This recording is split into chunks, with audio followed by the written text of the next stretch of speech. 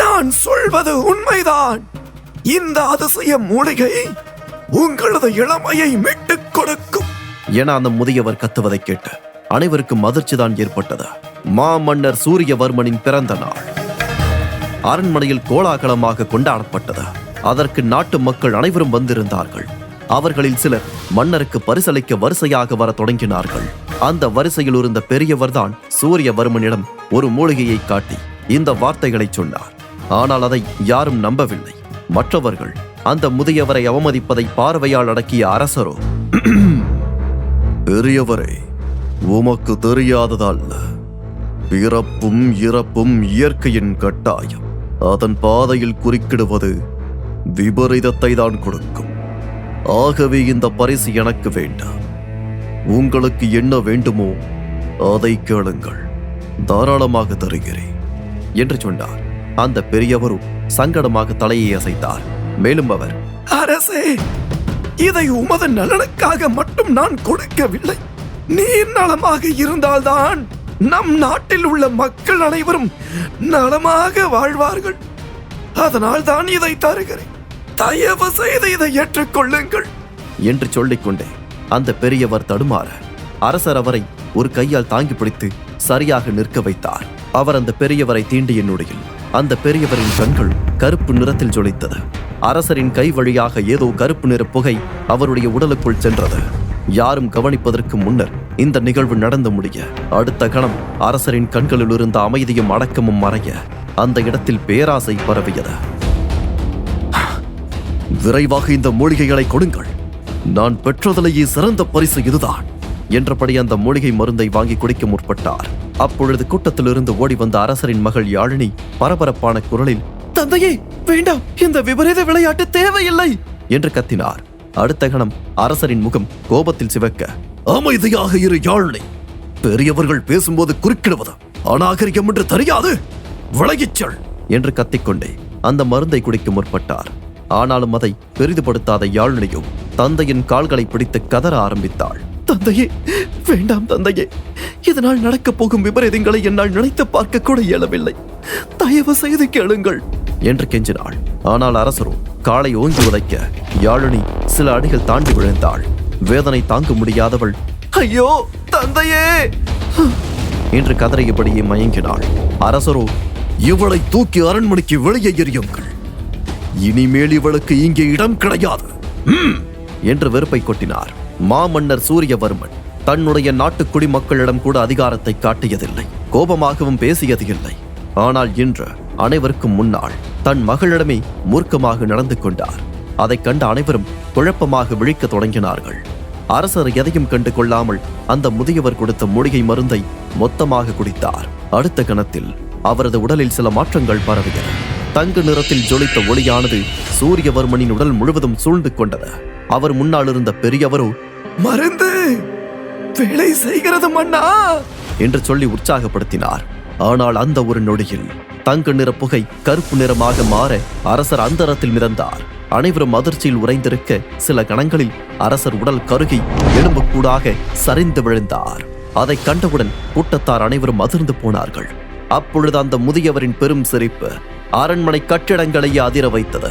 அவர் தன்னுடைய கைத்தடியை 2 முறை தரையில் தட்ட அவருடைய மாய தோற்றம் விலகி உண்மையான தோற்றம் தெரிந்தது.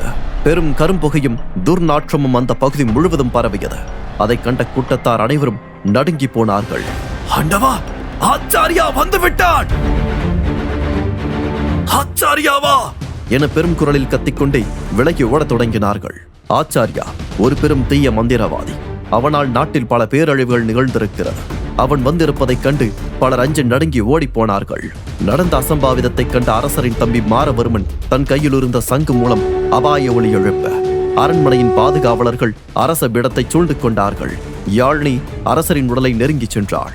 அந்த நொடியில் அரசரை நோக்கி பெரும் வேகத்தில் ஓடிய அரசரின் மகன் ஆரியனின் முதுகலும் ஒரு பெரும் வாள் குத்தப்பட அவன் என கதறிக்கொண்டே கீழே சரிந்தான். அவனை சுற்றிலும் இரத்த வெள்ளம் ஓடியது. தன் கண் முன்னால் நடந்த அசம்பாவிதத்தைக் கண்டு ஆரியனின் உடல் நடுங்கியது. அந்த நடுக்கத்தில் காரிருள் சூழ்ந்து கொண்டது. அந்த இருளின் நடுவே பெரும் சத்தம் ஒன்று கேட்டது. பகவானே, இது என்ன சோதனை? ஆண்டவா! அடே ஆர்யா, எங்கே போய் தொலைந்தாய்? விரைவாக வா என அந்த சத்தம் அழைக்க ஆரியன் பதட்டத்தோடு எழுந்து சுற்றி முற்றி பார்த்தான். இதுவரை அவன் கண் முன்னால் கண்ட காட்சிகள் முற்றிலும் மறைய அவன் நாகநாதர் வீட்டு முற்றத்தில் அமர்ந்து இருந்தான். சூரிய ஒளி அவனின் மேல் பெரும் பிரகாசமாக விழுந்தது. என்ன நடக்கிறது இங்கே? அப்படியென்றால் நாம் கண்டது கனவா? நாம் உறங்கவே இல்லையே, பின்னர் எப்படி கனவு வரும்? இந்த இறந்து போன சூரியவர்மன் யார் என பெரும் கேள்விகள் அவன் மனதில் எழ திக் பிரமை பிடித்து நின்றான். அதே சமயம் அவனது கையில் தோன்றிய ஏதோ வித்தியாசமான ஒரு முத்திரை சூரியனின் ஒளியை பிரதிபலித்து தங்க நிறத்தில் ஜொலித்தது. அதிலிருந்து தங்க நிற ரத்த துளிகள் சில அதிலிருந்து வெளிப்பட்டது. இவனும் பயத்தோடு தன் கரத்தில் வழியும் அந்த தங்க நிறத்தை தொட்டு பார்த்தான். அப்பொழுது ஏதோ ஒரு அமானுஷ்ய குரல், வேளை வந்து விட்டது. சூரியவர்மனின் ரத்தம் வெற்றியை தேடுகிறது என ரகசியம் பேசியது. அதை கேட்ட ஆரியன் நடுங்கி போனான். தனக்கு தோன்றிய மர்ம காட்சியையும் கையில் வடிந்த தங்க நிறத்தை கண்டு ஆரியன் பயந்து போய் நின்றான். அந்த நொடியில் மீண்டும் நாகநாதரின் குரல் பெரும் கோபத்தோடு கேட்டது. அடே ஆர்யா என அவர் கத்த தன் மனம் பிரமைகளை ஒதுக்கி வைத்துவிட்டு இவன் அவரின் சத்தம் கேட்ட இடத்தை நோக்கி ஓடினான். அங்கே பூஜை அறை மொத்தமாக தீப்பிடித்து எரிந்து கொண்டு இருந்தது. நாகநாதரும் அவர் வீட்டில் சமையல் செய்யும் சந்திரவதனையும் சேர்ந்து அதை அணைக்க முயற்சி செய்தார்கள். ஆனால் இவர்கள் எவ்வளவு தண்ணீர் ஊற்றினாலும் அந்த நெருப்பு குறைவது போல் தெரியவில்லை. அது நொடிக்கு நொடி அதிகரித்துக் கொண்டுதான் சென்றது. அதை அதிர்ச்சியோடு ஆரியன் பார்த்து கொண்டு நின்ற போது நாகநாதரோ, அடே அடி முட்டாளே, தண்ணீரை கொண்டு வந்து ஊற்று. சூரிய கிரகண நாளில் பெரும் அபசகுணம் தோன்றியுள்ளது.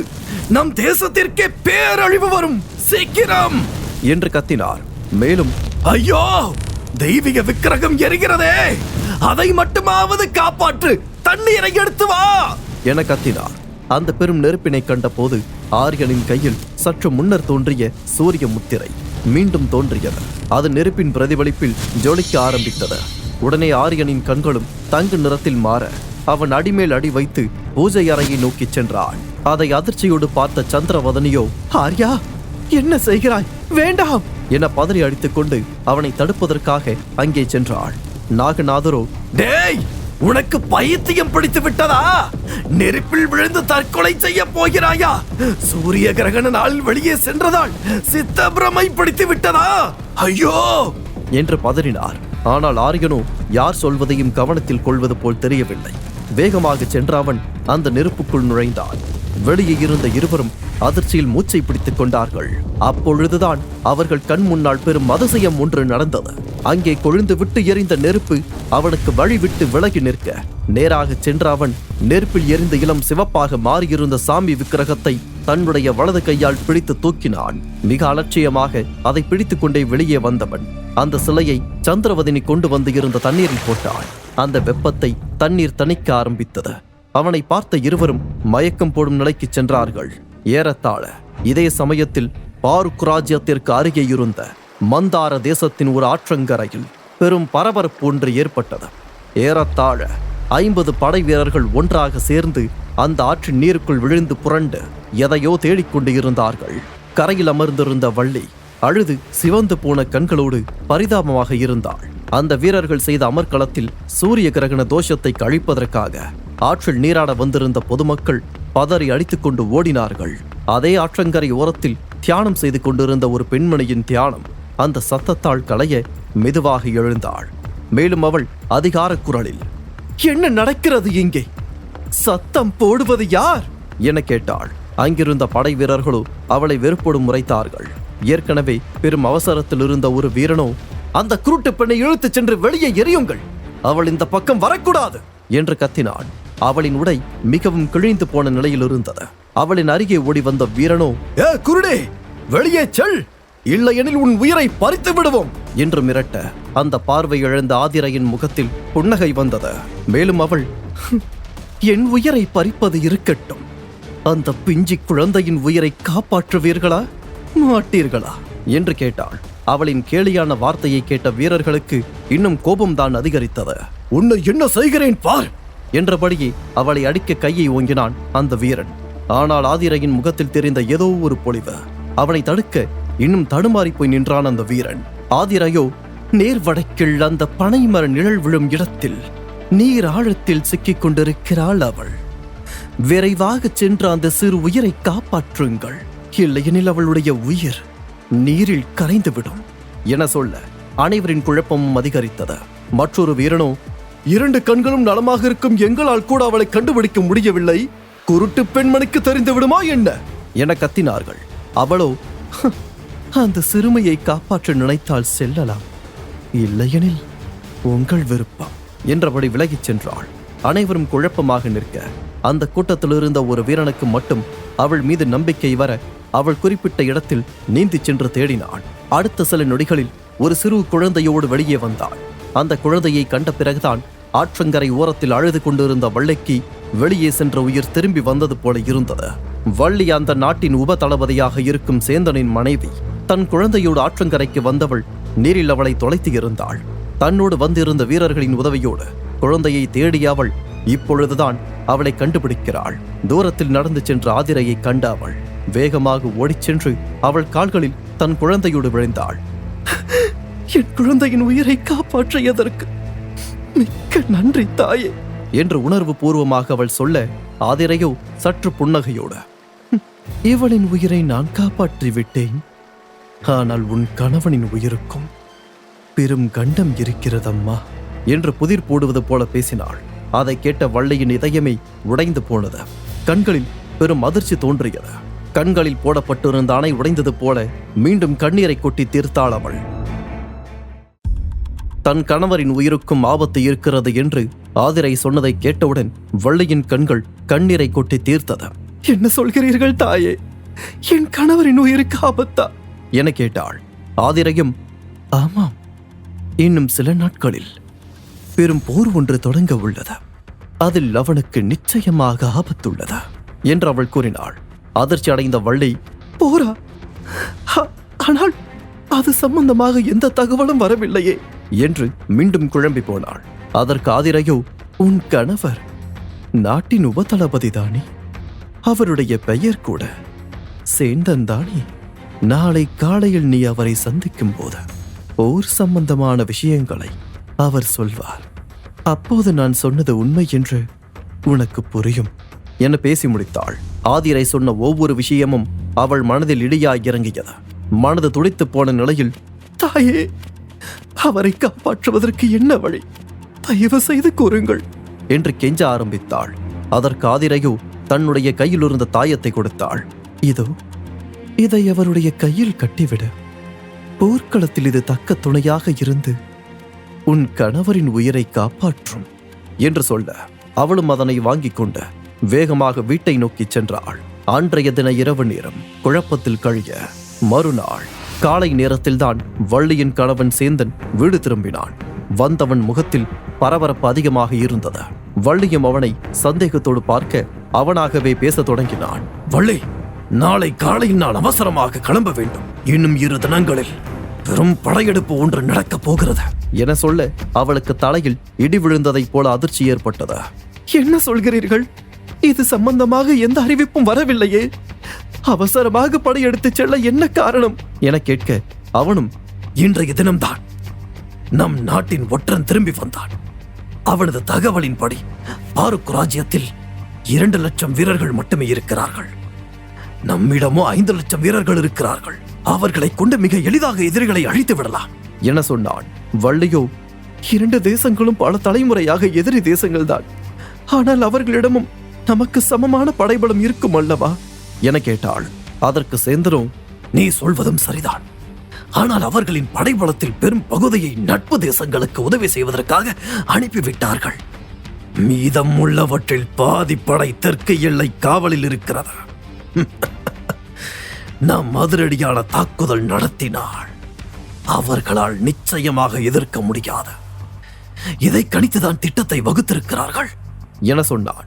அதற்கு மேல் பொறுக்க முடியாத வள்ளி தன்னுடைய கையில் இருந்த தாயத்தை அவன் கைகளில் இறுக்கமாக கட்டிவிட்டாள். நீங்கள் யுத்த களத்திற்கு செல்லும் போது இதனை மட்டும் உங்கள் கையில் வைத்துக் கொள்ளுங்கள், இதுவே உங்கள் உயிரை காக்கும், ஜாக்கிரதை என எச்சரித்தாள். சேந்தனோ குழப்பத்தோட, என்ன சொல்கிறாய்? இந்த தாயத்து என் உயிரை காக்குமா? என்னை பார், இந்த போரை பற்றி நாம் பயப்பட தேவையில்லை. ஏனென்றால் வள்ளே, வெற்றி நம் பக்கம்தான். இது எல்லாம் தேவையில்லை என சொல்லியபடி அந்த தாயத்தை அவளுக்கு முற்பட்டான். ஆனால் அவளோ, வேண்டாம் வேண்டாம், இந்த தாயத்தை எடுக்க வேண்டாம், இது சக்தி வாய்ந்தது என ஆரம்பித்து இன்று நடந்த சம்பவங்களை பற்றி சொன்னாள். ஆனாலும் அவனுக்கு நம்பிக்கை வரவில்லை. வள்ளி, நீ ஏதோ குழம்பி இருக்கிறாய், இது எனக்கு தேவையே இல்லை என்று கூறினான். அவளோ, உங்களுக்கு நம்பிக்கை இல்லை என்றாலும் பரவாயில்லை, எனக்காக இதை கட்டிக்கொண்டு செல்லுங்களேன் என பிடிவாதமாக சொல்ல அவனும் வேறு வழி இல்லாமல் சம்மதித்தான். அடுத்த நாளில் மந்தார தேசம் முழுவதும் படையெடுப்பை பற்றித்தான் பேசிக் கொண்டு இருந்தார்கள். போரில் தாங்கள் வெற்றி பெற்று விட்டதாகவே நினைத்தார்கள். அதே போல இந்த அதிரடி படையெடுப்பு குறித்த தகவல் பாருக் ராஜ்யத்திற்கும் வந்திருந்தது. மக்கள் அனைவரும் பயத்தில் நடுங்கி போனார்கள். ஏனென்றால் போரில் தோல்வி என்பது அவர்களுக்கு உள்ளங்கை நெல்லிக்கனியைப் போல தெரிந்தது. அரச குருவான நாகநாதரின் முன்னால் அமர்ந்து இருந்த ராஜசிம்மன், குருவே, இந்த போரிலிருந்து தப்பிக்க வேறு வழியே இல்லையா? அதனை நாடிதான் அரசர் என்னை தங்களிடம் அனுப்பி இருக்கிறார் என சொன்னார். நாகநாதரோ, சூரிய கிரகண நாளில் இங்க பெரும் ஆபச சகுனங்கள் நடந்தேறின. அப்போதே நான் கணித்தேன் இங்க ஆபத்து வரும் என்றான். ஆனால் இந்த பேரழிவிலிருந்து தப்பிக்கத்தான் எந்த வழியும் எனக்கு தெரியவில்லை என சொல்ல ராஜசிம்மன் முகத்தில் ஏமாற்றம் வந்தது. ராஜசிம்மனும், என்ன குருவே, தாங்களே இப்படி சொன்னால் நாங்கள் என்ன செய்வது என சொல்லிக்கொண்டே அவருக்கு முன்னால் இருந்த ஓலைச்சுவடியை பார்த்தான். அதன் மேல் ஏதோ வரையப்பட்டு இருப்பதை கணித்தவன் தன் தலையில் இடியே விழுந்ததைப் போல நடுங்கி போனான். அவன் முகத்தில் அதிர்ச்சி ரேகைகள் ஓட பதட்டமாக அந்த ஓலைச்சுவடியை கையில் எடுத்தவன், குருவே, இதை வரைந்தது யார், தாங்களா என கேட்டார். ராஜசிம்மனின் பதட்டத்திற்கு காரணம் தெரியாத நாகநாதர், ஏன் என்ன ஆனது, அதை வரைந்தது நான் இல்லை, ஏன் இந்த அதிர்ச்சி என கேட்டார். ராஜசிம்மனோ, குருவே, இது சாதாரண வரைபடம் கிடையாது, இதன் பெயர் சூரிய சக்கர வியூகம். நான் பல ஆண்டுகளாக முயன்றும் இதன் பெயரை மட்டுமே என்னால் கண்டுபிடிக்க முடிந்தது. இந்த வியூகம் மட்டும் நமக்கு முழுமையாக தெரிந்தால் எத்தனை லட்சம் எதிரிகள் வந்தாலும் நம்மால் தோற்கடிக்க முடியும். இதை வரைந்தது யார் என மீண்டும் கத்தினார். அவரது குரலில் அதிர்ச்சியும் பதட்டமும் கணக்கே இல்லாமல் தெரிந்தது. நாகநாதருக்கு கூட என்ன நடக்கிறது என்று புரியவில்லை. அந்த பனை ஓலையில் வரையப்பட்டிருந்த சூரிய சக்கர வியூகத்தை பார்த்த தளபதி ராஜசிம்மனுக்கு பெரும் அதிர்ச்சி உண்டானது.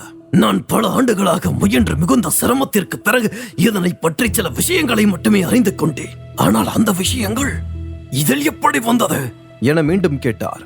ஆனால் நாகநாதருக்கு அவர் இப்படி அதிர்ச்சி அடைவதற்கான காரணம் தெரியவில்லை. அவர் மிகுந்த சாதாரண குரலில், எதற்காக இப்படி அதிர்ச்சி அடைகிறீர்கள், இந்த வியூகம் என்ன அவ்வளவு முக்கியத்துவம் வாய்ந்ததா என கேட்டார். அந்த தளபதியும், மிக மிக முக்கியத்துவம் வாய்ந்தது குருநாதரே. இந்த வியூகம் மட்டும் முழுவதுமாக நம்மிடம் கிடைத்தால் எப்படிப்பட்ட எதிரிகள் என்றாலும் மிக மிக எளிதாக தோற்கடிக்கலாம். இப்பொழுது நம்மை எதிர்த்து வந்திருக்கும் 5 லட்சம் வீரர்களை கூட சுவடு இல்லாமல் அழித்து விடலாம் குருநாதரே என சொன்னார். இதை கேட்டு குருநாதர் முகத்தில் ஆச்சரியம் பெருகியது. அதன் பிறகு அவர் சில கேள்விகள் கேட்டாலும் அதனை கண்டு கொள்ளாத ராஜசிம்மன், யாரங்கே, இந்த வீட்டில் இருப்பவர்கள் அனைவரும் இங்கே விரைந்து வாருங்கள் என பெரும் குரலில் கத்தினான். அங்கே சந்திரவதனியும் ஆரியனும் வந்து நின்றார்கள். ஆரியன் முகத்தில் எப்பொழுதும் தென்படும் அந்த பயம்தான் தெரிந்தது. ராஜசிம்மனோ இருவரையும் சில நொடிகள் முறைத்தபடி, இதனை வரைந்தது யார், முன்னால் வாருங்கள் என அழைத்தார். நாகநாதரோ சலிப்பான குரலில், இவர்கள் இருவருக்கும் எழுத படிக்கவே தெரியாது, பிறகு எப்படி இதை வரைந்திருப்பார்கள் என கேட்க, அதனை வரைந்தது நான் தான் என அந்த நொடியில் ஆரியனின் குரல் சத்தமாக ஒலித்தது. படை தளபதி இன்னும் நம்பிக்கை கொள்ளாமல், இதன் பெயர் என்ன, அர்த்தம் தெரிந்து வரைந்தாயா, இல்லை தெரியாமல் இதனும் கிறுக்கி வைத்தாயா, இதை உன்னால் விளக்க முடியுமா என ஆர்வமாக கேள்விகளை அடக்கினார். அதற்கு ஆரியனும், இதன் பெயர் சூரிய சக்கர வியூகம். எத்தனை மேகக்கூட்டங்கள் ஒன்று சேர்ந்தாலும் ஒரு சூரியனின் ஒளியை மறக்க இயலாது. அதுபோல எத்தனை லட்சம் வீரர்கள் ஒன்று சேர்ந்தாலும் ஒரு சூரிய சக்கர வியூகத்தை உடைக்க இயலாது என உற்சாகத்தோடு சொன்னான். ராஜசிம்மனும் இதன் பிற விஷயங்களையும் நீ விளக்குவாயா? நம் நாட்டினை காக்க வேண்டியது ஒவ்வொரு குடிமக்களின் கடமை என கேட்க அவனும், நிச்சயமாக உதவுகிறேன். ஆனால் எனக்கு படை பிரிவில் ஒரு வேலை வேண்டும் என்று கேட்க தளபதியோ, நிச்சயமாக படை வீரன் என்ன, உபதளபதி பதவியே தருகிறேன், நீ வா என்னோட என சொல்லி அவனை அழைத்துக் கொண்டு கிளம்பினார். அங்கு என்ன நடந்தது என்று புரியாமல் நாகநாதரும் சந்திரவதனையும் அதிர்ச்சியோடு விழித்துக் கொண்டு இருந்தார்கள். அடுத்த 2 நாட்களில் மந்தார தேசத்தின் பெரும் படைகள் பாருக் ராஜ்யத்தை சூழ்ந்து கொண்டன. பாருக் ராஜ்யத்தின் கிழக்கு கோட்டை கதவின் பக்கம் மொத்தமாக 5 லட்சம் வீரர்கள் தங்கியிருந்தார்கள். அவர்கள் அனைவரும் பாருக் தேசத்தை அழித்துவிடக்கூடிய முடிவில் இருந்தார்கள். பாருக் ராஜ்ய மக்களும் பயத்தின் உச்சியில்தான் தத்தளித்தார்கள். அவர்களுக்கும் நிலைமை தெளிவாக புரிந்தது. இப்பொழுது போரில் தோற்றுவிட்டதாக நினைத்தார்கள். பாருக் நாட்டின் சேனையில் மொத்தமாகவே 2 லட்சம் வீரர்கள் தான் இருந்தார்கள். அடுத்த நாள் இரவு நேரம் மிக பயங்கரமாக நெருங்கி வந்தது. அன்றைய தினம் அமாவாசை என்பதால் நிலவின் ஒளி கூட கிடைக்கவில்லை. நட்சத்திரங்களின் சொற்ப ஒளிதான் அந்த சைன்யம் முழுவதும் பரவியிருந்தது. கோட்டைக்கு வெளியே பாசறை அமைத்து இருந்த 5 லட்சம் வீரர்களும் பாருக் நாட்டினை எந்த நொடியிலும் முழுவதுமாக அழிக்க தயாராகி இருந்தார்கள். இரவில் 2ஆம் சாமம் முடிந்த சமயத்தில் போரை தொடங்கலாம் என திட்டமிட்டிருந்தார்கள். ஆனால் முதல் சாமத்தின் சில நாழிகைகள் கடந்த சமயத்தில் திடீரென அந்த பெரும் சைன்யம் ஆபத்தில் சிக்கியது. பரபரப்பான நிலையில் அம்புகள் கூட்டமும் வேல்களின் கூட்டமும் மொத்தமாக அந்த பெரும்படையை தாக்கியது. மந்தார தேசத்தின் படை வீரர்கள் அனைவரும் அதிர்ச்சியோடு விழிக்க ஆரம்பித்தார்கள். ஏனென்றால் அம்புகளும் வேல்களும் கோட்டை பக்கம் இருந்து வராமல் அந்த சைன்யத்திற்கு பின்பக்கத்திலிருந்து வந்து குவிந்தது. இருளில் ஆழ்ந்து போயிருந்ததால் அந்த வீரர்களுக்கு என்ன நடக்கிறது என்றே புரியவில்லை. என்ன நடக்கிறது? இங்கே நம்மை தாண்டி யாரும் செல்லவில்லையே, பின்னர் நம்மை தாக்குவது யார் என தங்களுக்குள் பேசிக் கொண்டார்கள். அந்த சைன்யத்தின் படை தளபதி என்ன செய்வது என்று தெரியாமல் சில நொடிகள் தடுமாறினான். இருள் சூழ்ந்த நேரத்தில் தன்னுடைய திட்டத்தை மாற்றுவதும் அபாயம் என புரிந்தது. ஆகவே ஏற்கனவே தான் போட்டு வைத்திருந்த திட்டத்தை செயல்படுத்த வீரர்களுக்கு ஆணையிட்டான். அதற்கான சங்கொலியையும் எழுப்பினான். உடனே அவனுடைய படை பெரும் வேகத்தோடு கிழக்கு வாயிலை தகர்க்க முயன்றது. அங்கேயும் அவர்களுக்கு அதிர்ச்சி தான் காத்திருந்தது. இவர்கள் அந்த வாயிலை நெருங்குவதற்கு முன்னரே வாயில் கதவு திறந்து கொள்ள உள்ளே இருந்த சைன்யங்கள் பெரும் வேகத்தில் வெளிவந்தன. அதேபோல் பின்பக்கத்திலிருந்தும் படைகள் புயல் வேகத்தில் நுழைந்து தாக்க ஆரம்பித்தார்கள். 20,000 வீரர்கள் கொண்ட ஒரு கூர்முனை அம்பு போன்ற அமைப்பில் வீரர்கள் வெளிப்பட்டார்கள். அந்த கூர்முனையின் முன்னால் குதிரை வீரர்கள் காத்து நிற்க, அவர்களை அடுத்து யானை வீரர்கள் இருந்தார்கள். அதன் பிறகு காலாட்படை வீரர்களும் அவர்களை தாண்டி தேர்ப்படை வீரர்களும் வரிசையாக இருந்தார்கள். அனைவரும் சிந்திப்பதற்கும் அப்பாற்பட்ட வேகத்தில் தங்கள் முன்னால் இருக்கும் எதிரி படைகளை தகர்த்தார்கள். அதுபோல வீரர்களால் உருவாக்கப்பட்ட 10 கூரம்புகள் அந்த மாபெரும் படையை முன்பக்கமும் பின்பக்கமும் ஒரே சமயத்தில் ஊடுருவின. அங்கே என்ன நடக்கிறது என்று இவர்கள் சுதாரிப்பதற்கு முன்னரே அந்த பெரும் சேனை 10 துண்டுகளாக உடைக்கப்பட்டன. எப்படி போரிடுவது என்று தெரியாமல் குழம்பிக் கொண்டு இருந்த சமயத்தில் அங்கே யாரும் எதிர்பார்க்காத நிகழ்வுகள் நடக்க ஆரம்பித்தது. 3 கூர்முனை அம்புகள் ஒன்றாக சேர்ந்து ஒரு வளையத்தை உண்டாக்கியது. மீதமிருந்த 7 கூர்முனை அம்புகள் அந்த வளையத்திலிருந்து சீறி பாயும் வேல்களைப் போல ஒவ்வொரு திசைகளில் நின்றது. அதாவது சூரியனை சுற்றி நிற்கும் 7 கதிர்களைப் போல அந்த அமைப்பு காணப்பட்டது. எதிரிகள் சிந்தித்து கூட பார்க்க முடியாத சூரிய சக்கர வியூகம் அங்கே உண்டாக்கப்பட்டது. அத்தியாயம் 5. மந்தார தேசத்து வீரர்கள் திட்டமின்றி கண்மூடித்தனமான போராட்டத்திற்கு தள்ளப்பட்டார்கள். ஆனால் பாருக் நாட்டு வீரர்களோ சரியான திட்டமிடுதலோடு நடந்து கொண்டார்கள். நாட்டில் இருக்கக்கூடிய 2 லட்சம் வீரர்களும் போரில் கலந்து கொண்டார்கள். அதில் 60,000 பேர் வட்ட வடிவில் நிற்க, அவர்களிடம் இருந்த அனைத்து திசைகளிலும் பிரியும் கதிர்களைப் போல 7 கூர்மையான அம்புகளாக வீரர்களின் அணிவகுப்பு இருந்தது. அதாவது நடுவில் சூரியனும் அதிலிருந்து வெளிப்படும் 7 கதிர்களும் என அந்த வியூகம் அமைக்கப்பட்டிருந்தது. எதிரிகளால் அதனை நெருங்கக்கூட இயலவில்லை. போர்க்களத்தில் வழிமுறையே இல்லாமல் விருப்பப்பட்ட திசையில் பெரும் வேகத்தோடு சுழன்ற அந்த வியூகம் எதிரிகளை தாக்கியது. அதனை எப்படி தடுப்பது என்றோ எதிர்கொள்வது என்றோ எதிரிகளுக்கு தெரியவில்லை. சுழலும் அந்த சக்கரத்தில் சிக்கிய வீரர்கள் தூக்கி எறியப்பட்டார்கள். சில நொடிகளிலேயே அங்கு பெரும் குருதி ஆறே ஓடியது. தன் படைகளின் முன்னே நின்று அவர்களை வழிநடத்திய வீரசிம்மன் முகத்தில் உற்சாகம் பொங்கி ஓடியது. சூரிய சக்கர வியூகம் நாம் நினைத்ததை விட மிகவும் பயங்கரமாக இருக்கிறது. ஒரு எதிரியால் கூட அதை தொட இயலவில்லை. நிச்சயமாக நாம் இந்த போரில் வென்று விடலாம் என நினைத்துக் கொண்டார். 7 கூர்முனை அம்புகளில் இருக்கும் வீரர்கள் சோர்வடைந்தால் அவர்கள் நடுவில் இருக்கும் வளையத்திற்கு உள்ளே வந்து விடலாம். அவர்களுக்கு மாற்றாக மையத்தில் இருக்கும் 60,000 வீரர்களில் 20,000 பேர் அனுப்பப்படுவார்கள். இவ்வாறு சுழற்சி முறையில் அந்த 7 கதிர்களும் மாற்றியமைக்கப்பட்டுக் கொண்டே இருந்தன. அதன் காரணமாக அந்த வீரர்கள் சோர்வறியாமல் தொடர்ந்து எதிரிகளை அழிக்க தொடங்கினார்கள். அந்த சக்கரம் கணக்கிடவே முடியாத வேகத்தில் சுழன்று எதிரிகளை தாக்கியது. ஆரியனும் அந்த போரில்தான் இருந்தான். தன்னுடைய வெள்ளை நிற புறவியில் வீற்றிருந்த அவனின் 2 கைகளிலும் பெரும் வாள்கள் பளபளக்க தன் கண்ணெதிரே தென்பட்ட எதிரிகள் அனைவரையும் நாசம் செய்தான். ஒரு கட்டத்தில் ஆரியனும் எதிரி நாட்டின் உப தளபதியான சேந்தனும் நேருக்கு நேராக மோதிக்கொண்டார்கள்.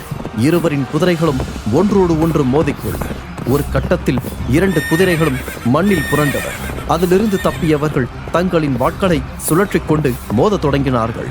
ஆரியனின் கை பல திசைகளில் சுழன்று சேந்தனை திணறடித்தது. சேந்தனும் சற்றும் விட்டுக் கொடுக்காமல் அவனோடு சரிசமமாகவே மோதினான். அந்த போரானது சில நிமிடங்கள் நடந்தது.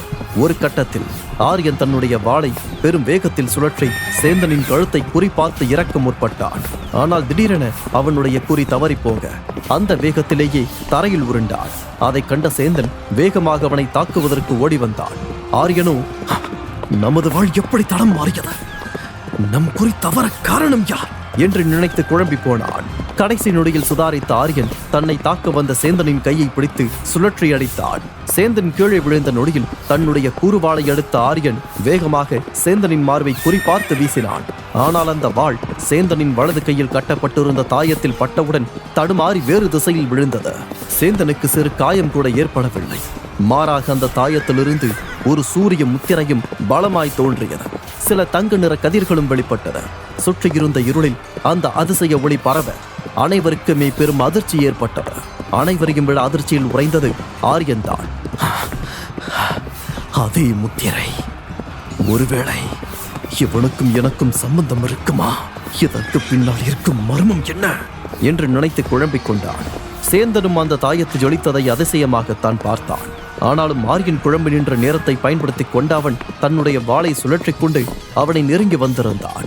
அவன் அருகே வந்த பிறகுதான் ஆரியன் சுதாரித்தான். அரை நொடியில் சேந்தனின் வலது கையை பிடித்து ஒரு சுழற்ற அந்த வாள் வேறு திசையில் சிதறி ஓடியது. மீண்டும் அவன் முகத்தில் ஒரு குத்துவிட சேந்தன் அப்படியே கீழே சரிந்தான். ஆரியன் அருகே இருந்த பாரூக் தேசத்து வீரர்கள் சேந்தனின் கதையை முடித்துவிட நெருங்கி சென்றார்கள். ஆனால் ஆரியனோ, இவனை கொல்ல வேண்டாம், இவனை சக்கரத்தின் நடுவில் தூக்கி செல்லுங்கள், போர் முடிந்ததும் கவனித்துக் கொள்ளலாம் என கூறினான். அவனின் உத்தரவுக்கு காரணம் புரியாதவர்கள் அவனை தூக்கி கொண்டு சென்றார்கள். அவன் தாயத்தில் தோன்றிய சூரிய முத்திரையின் மீதுதான் ஆரியனின் மொத்த கவனமும் இருந்தது.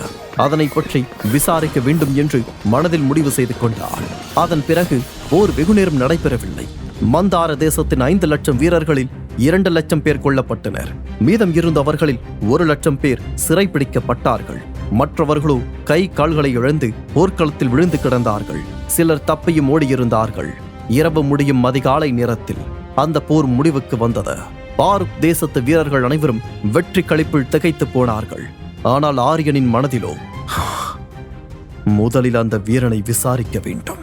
நமக்கு தோன்றிய அதே அதிசய முத்திரை அவனிடம் இருப்பதற்கான காரணத்தை அறிய வேண்டும் என்ற திட்டம்தான் ஓடியது.